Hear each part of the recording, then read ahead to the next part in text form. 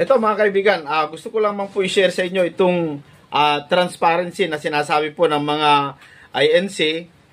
Pakinggan natin kung anong klaseng transparency po ito. Ito yung sinasabi ng ng mga INC na transparency. Okay, transparency pala. O sige, ano naman, may pa-transparency rally pa kayo sinasabi nyo. Yung mga galit na INC dyan sa akin, sinasabi nila transparent daw sila. Okay, puro kayo call out ng ibang tao. Ba't ang hindi nyo i-call out itong kasamahan mismo ninyo? Itong miyembro ninyong sinungaling na senador. Nagsinungaling na siya at nambudol na sa 2,000 na ipinangako niya. Ngayon, pati ang salin niya nagsisinungaling. At pinipilit pang itama yung mali. Kanyang mga maling gawin, pilit niyang ginagawang tama. Senador pa yan? Akala ko ba matino ang INC? Ayan kung matino kayo, ba't hindi ninyo ito ngayon kondinahin? Tsaka yan 2 angkor ninyo na bobo. Sige, pakinggan natin. Simple lang ng paliwanag din Nakalimutan po nila na napakarami kong kaibigan. Mga kaibigan ko, nagbigay sa akin talaga. Alam mo, pakiusap lang nila. Isa lang, pagkain mo ang tulong namin sa'yo. Okay. Marami sila. Yan marami raw siyang kaibigan, okay? At marami siyang kaibigan na gusto tumulong sa kanya. Pero may pakiusap lang. Lahat naman ng mga politiko, marami namang kaibigan Hindi naman bago yung kaibigan Ikaw lang ba? Yung mga kapwa mo politiko, ganyan din, marami rin kaibigan, bobo. Tataka-taka naman, senador na ito. Sige. Isa lang, ang dalilang pakiusap sa akin. Ano yun? Sana mo muna kaming si-disclose ang identity. Yan Klaro Ang pakiusap daw sa kanila huwag daw i-disclose ang identity. Ano yun, ghost? Sige, pagpatuloy muna natin. Pwede ba yun, sir? Yan ang magandang tanong. Pwede ba yun? Pwede sana ang itatanong ko Buti na sabi to, pwede ba yun? Ayon sa kay Garcia, sa pagkakaintindi ko, at ayon sa Omnibus Election Code natin, hindi pwede. Di ba? Sige, pakinggan pa natin. Kasi kailangan igalang mo yung kanilang pakiusap. Igalang mo kanilang pakiusap. Ano yan? Ibibed mo na rin ang law? Akala ko magalit kayo sa pag-bed ng law. Tinutuligsahan nyo nga yung sinabi ni Erwin Tulfo, ni Senador Erwin, tapos pati yung pagsang-ayon ni Remulla Ngayon kailangan ibebend mo na rin ang law. Ngayon, pag sa mga ganyan ay pwede. At sinasabi mo, kailangan respetuhin. Talaga ba? Ibig sabihin, ang re-respetuhin yung kaibigan mo, hindi yung batas. Kaya pala. Ngayon, mas lumilinaw. Ikaw, dahil INC ka, wala kang pakialam sa batas. Bakit? Ang feeling mo kasi, dahil INC ka, mas mataas ka sa batas. Tulad nung iilan na INC, hindi ko naman nila lahat, pero yung ibang INC, na feeling nila, sila ang batas. Di ba? INC, kung hindi kayo ganun, bakit hindi nyo i-call out itong bobong ito? Di ba ba? Okay. Ngayon, kapag ka naglagay ako ng figure sa contribution, mapipilitan akong mag-disclose ng pangalan nila. Alam mo Kita nyo na! Teka lang, required nakasulat naman yun doon na kailangan mong i-disclose. Alalahanin mo hindi lang ikaw ang may kaibigan. Nakalagay doon sa tamang pagpa-file ng salin, ibig sabihin, sinungaling ka. Modus yung salin mo kung ganon. Di ba, modus na nga yung iyong ginawang pambubudol ng 2,000? Pati salin mo, mamudusin mo ba? Kaya pala ang tagal mag-submit ng salin niya. Tatamaan talaga. Sipin mo walang ibang nag-contribute, sarili lang daw niya. Tapos ang spending dun sa election 100 plus million.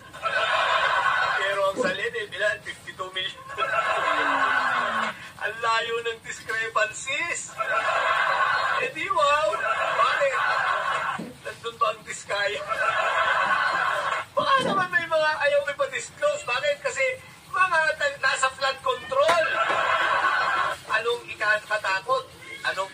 nakakahiya?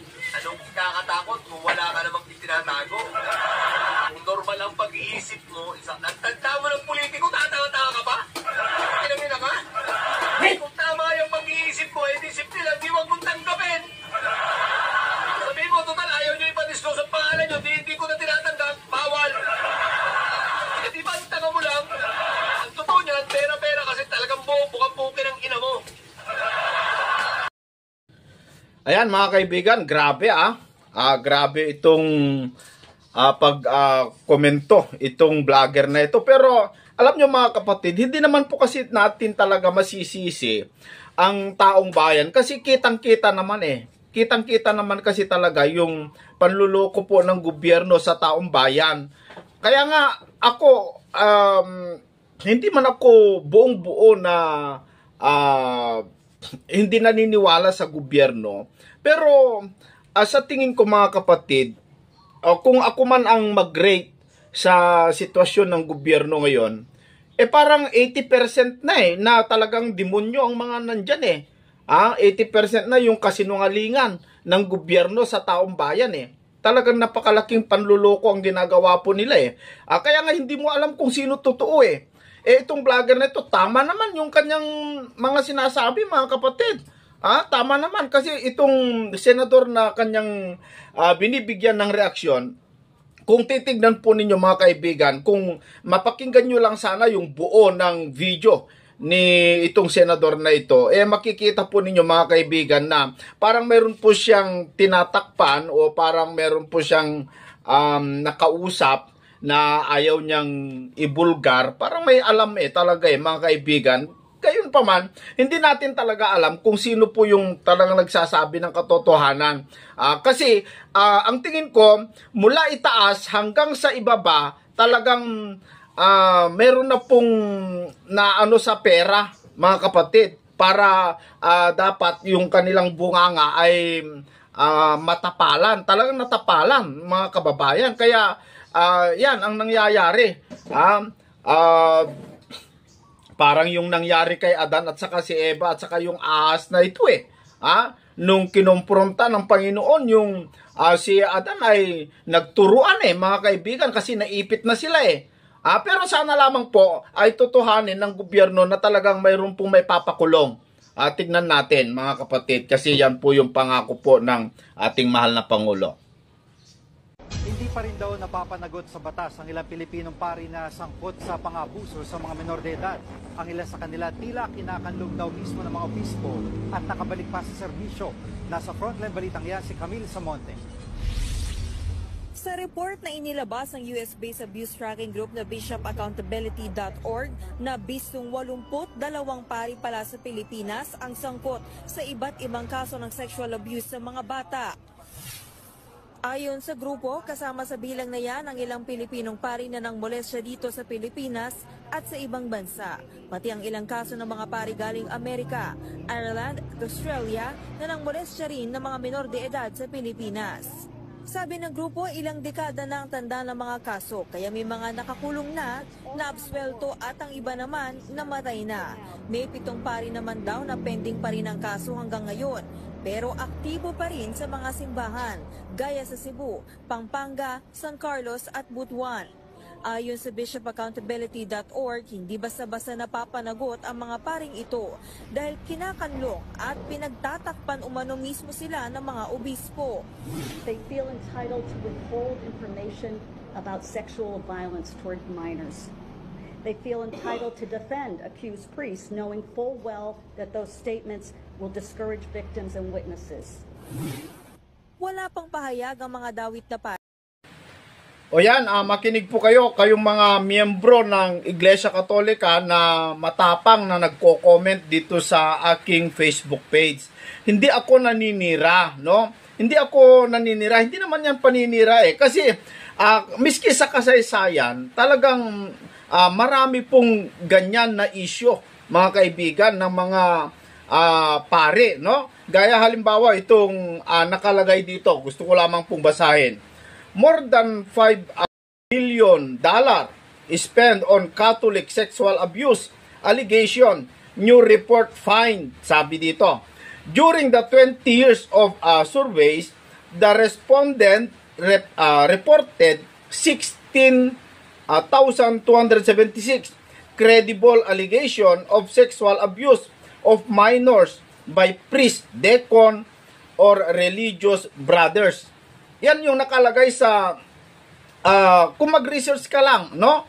Pero hindi naman natin nilalahat kasi marami din mga pari na mababait at talagang matulungin, mga kaibigan at mga kababayan, ano?